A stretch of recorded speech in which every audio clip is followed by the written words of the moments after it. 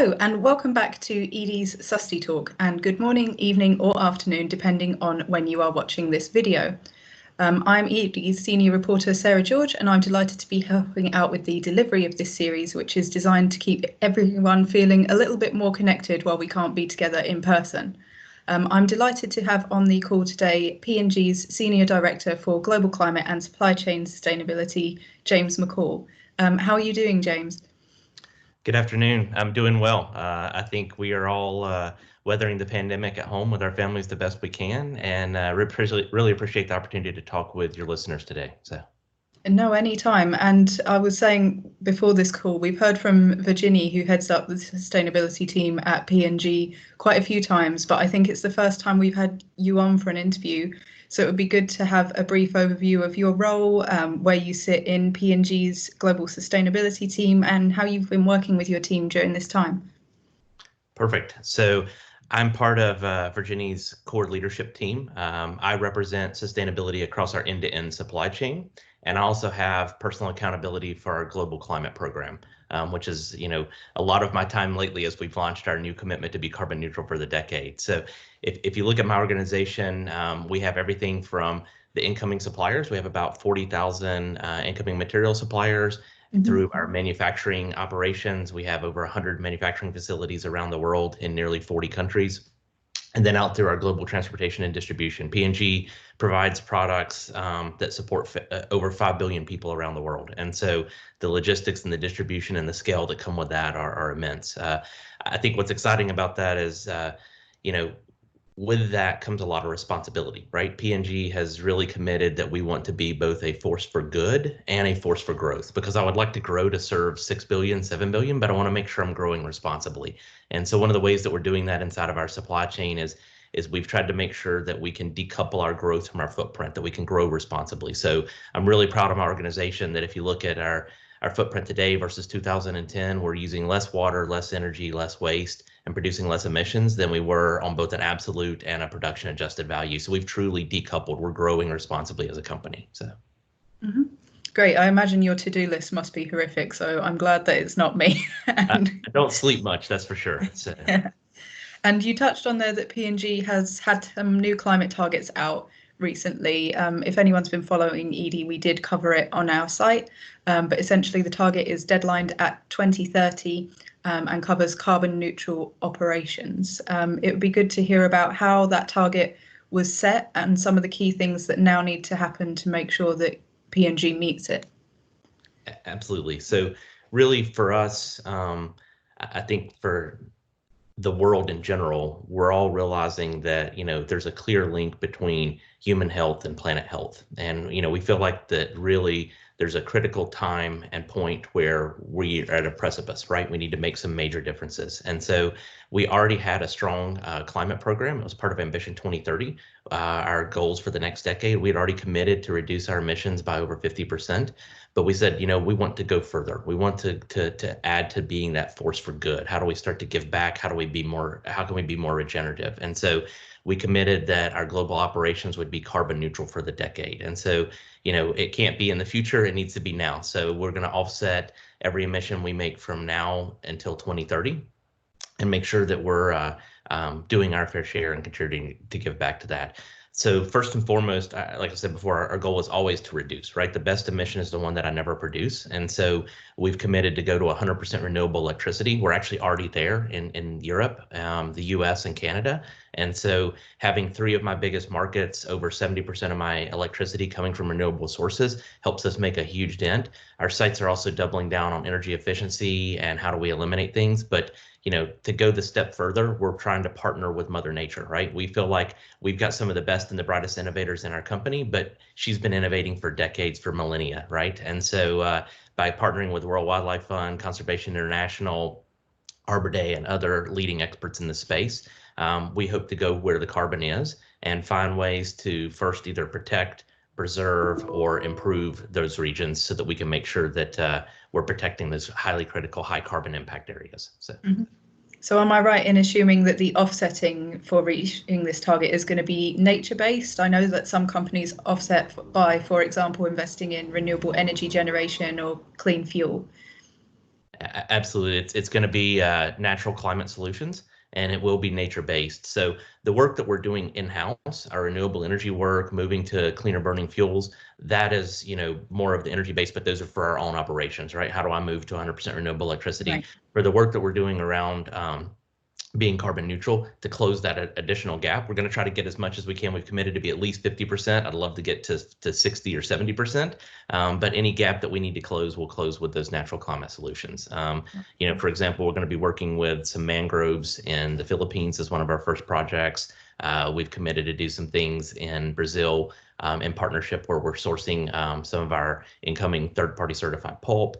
And then also some work here in California.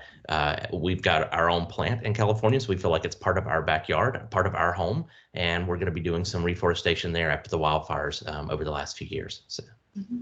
Great. And I think we touched on it a little bit there, but the new target essentially covers scope 1 and 2 emissions. But I imagine that given your involvement with the supply chain, that scope 3 probably takes up a lot of your time.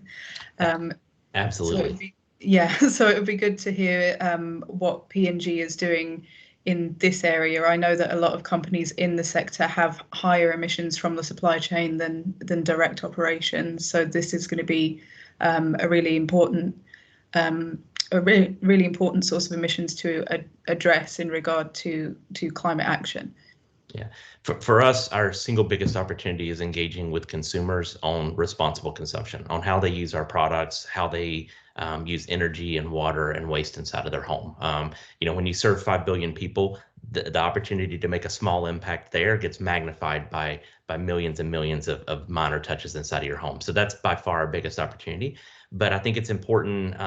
If you're going to engage with consumers on responsible consumption, you need to have your own house in order, right? And so much like our work to move to zero waste to landfill over the last decade, our commitment to be 100% renewable electricity, now this move to be carbon neutral, I think by having our own home in order, we can have a meaningful conversation about their home and about the way that they're using their products with their family in their home. And so whether that's designing bottles and plastics that are 100% recyclable, helping change the recycling infrastructure so that we can get those back in and make sure that that plastic bottle becomes the next plastic bottle and the next plastic bottle and the next one. Or this work now that we're doing in climate with like cold water washing. So like Ariel and Fairy there in the UK have cold water options. So like with Ariel, you can actually wash your clothes in cold. So even though your grandmother washed in warm, your mother, in some cases, she twisted my arm with my father and he washed in hot water. But with my family, we switched to cold, right? And in our family, everyone washes, right? My teenage sons, me, everyone washes, and we've switched to cold because with Tide and with Ariel, I can get the same cleaning power in cold as I can with hot. And so, whether it's 2-in-1 shampoos, whether it's changing your habits in the way you brush your teeth and turning the water off, those small steps can have a huge impact on your greenhouse gas emissions and on your overall energy footprint at home. So. Mm-hmm. So you have a larger footprint and more opportunities sort of in the downstream once the product is with the consumer than sort of in manufacturing products.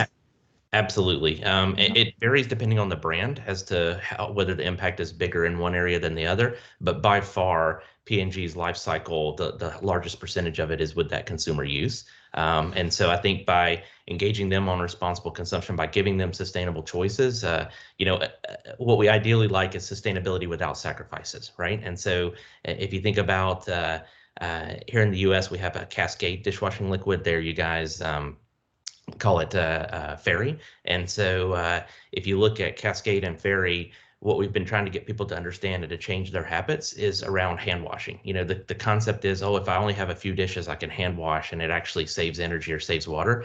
But the studies we've done in the US would say that if you have as little as 8 dishes, you're actually more efficient to use your auto dishwasher than you are to hand wash with those 8 dishes. So getting those habit changes, but it's also giving them time back, right? So as we're all at home, as we're all juggling 100 priorities, I know my children are at home at school and I'm trying to work from home, that, having the extra ability to make a sustainable choice and a choice that's good for my family at the same time is a win-win. So. Mm-hmm.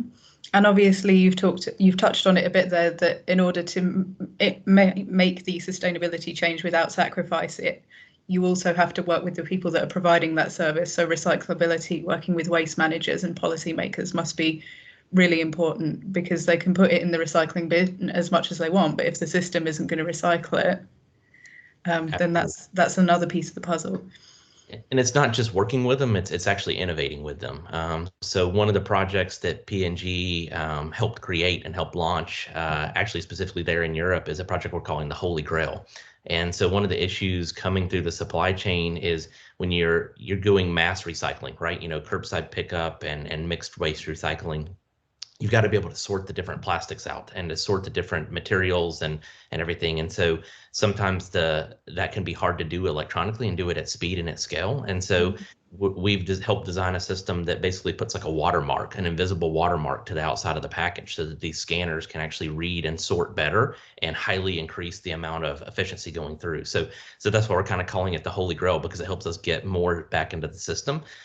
So those types of projects, I think, whether it's that, we've partnered and we created a type of polypropylene here in the US called Pure Cycle that takes it back to near virgin qualities.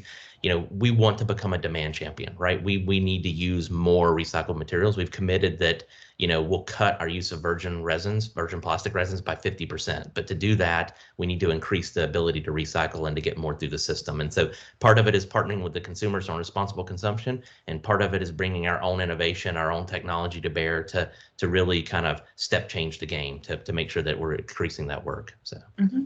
Great. I know we've covered Holy Grail a few times, so if anyone is watching this on the site, you can just go ahead and type Holy Grail into the sidebar and you can find out a little bit more on that than we have time to cover today. But I'd like to sort of finish on a note that's more broad than plastic. So we'll have a lot of people listening that are wondering sort of what it's like to launch a new target in the middle of a pandemic, which you guys have done. It would be good to hear about what that has been like. Every company faces their own challenges, right? I want to be respectful of the fact that, I've talked with many of my peers, I've talked with many others that, each person is going through the pandemic and each company is going through the pandemic a little differently. Mm-hmm. From our standpoint, the consumer is boss, right? The consumer has been boss for the last 180, 190 years that P&G has been in operation. And so before the pandemic, consumers were already driving towards sustainable choices at the shelf. Consumers and retailers were already being clear that they wanted more options and ways that they could reduce their footprint. Coming out of the pandemic, we've seen nothing but that increase even more, right? I think being at home, being surrounded by your family, kind of being confined into a smaller space, you really can start to see the impact that you're having on the world around you through the products that you're buying. And what I'm hearing from consumers and what we're hearing globally is, I want things that are safe for me, that are safe for my family, and are safe for the planet around me. And so, our goal is to make sure that by reducing our footprint, right, with this new commitment to be carbon neutral for the decade, I'm enabling her or him to buy the same products to get the same performance and quality they love, but with a smaller footprint. And so when I can reduce her footprint and really kind of help her make a change at home by the way that they're doing laundry, or help him by the way he's shaving, or help their kids by the way they're brushing their teeth, and I can do it while making a major impact on the planet, kind of by driving sustainability at scale, then I think that's a win-win. And so for us, launching during the pandemic makes perfect sense because we're trying to meet that consumer demand, right? We're trying to ensure that we're giving those consumers that choice because the consumer is boss. So. Mm-hmm. I think it's important as well that the context with communications and sustainability has really sort of changed every week.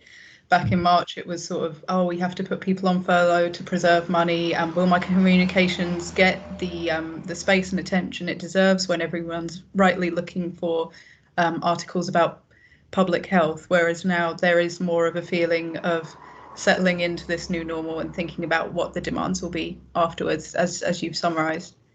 Absolutely. And I'm super proud of our operations during the entire pandemic because sustainability is really core to our work at P&G, right? It's part of our principles. It goes back to that being the force for good and force for growth. So, we didn't change any of our sourcing practices. Like even here in the US, for things like Charmin toilet paper, we've committed to be 100% third-party certified fibers.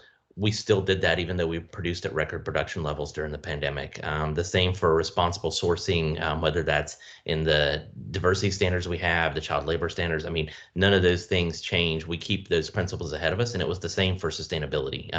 We still continued purchasing renewable energy across the US, Canada, and Europe. We still continue to drive our zero waste to landfill program. And like you said before, we're coming out with even bigger, bolder goals around being carbon neutral for the decade. So excited about it, and excited about, with this new commitment, hopefully helping flatten the climate curve, the same as we're flattening the health curve from a global standpoint. So, well, I'm sure we'll check in really soon to see the next steps of that plan's implementation. But for now, that is all the questions we have time for today, James. So thank you so much for joining me on this call. absolutely. Thank you, Sarah, for having me, and really look forward to joining you and your listeners again in the future. Yes, I'm sure we'll be in touch soon. And for everyone listening, thanks so much for taking the time. You can find all past episodes of our Susty Talk video interviews by the Susty Talk tag on our YouTube page and on our website. And we will be publishing new episodes at least once a week going forward. In the meantime, stay safe, stay well, and keep up the conversation. Thank you.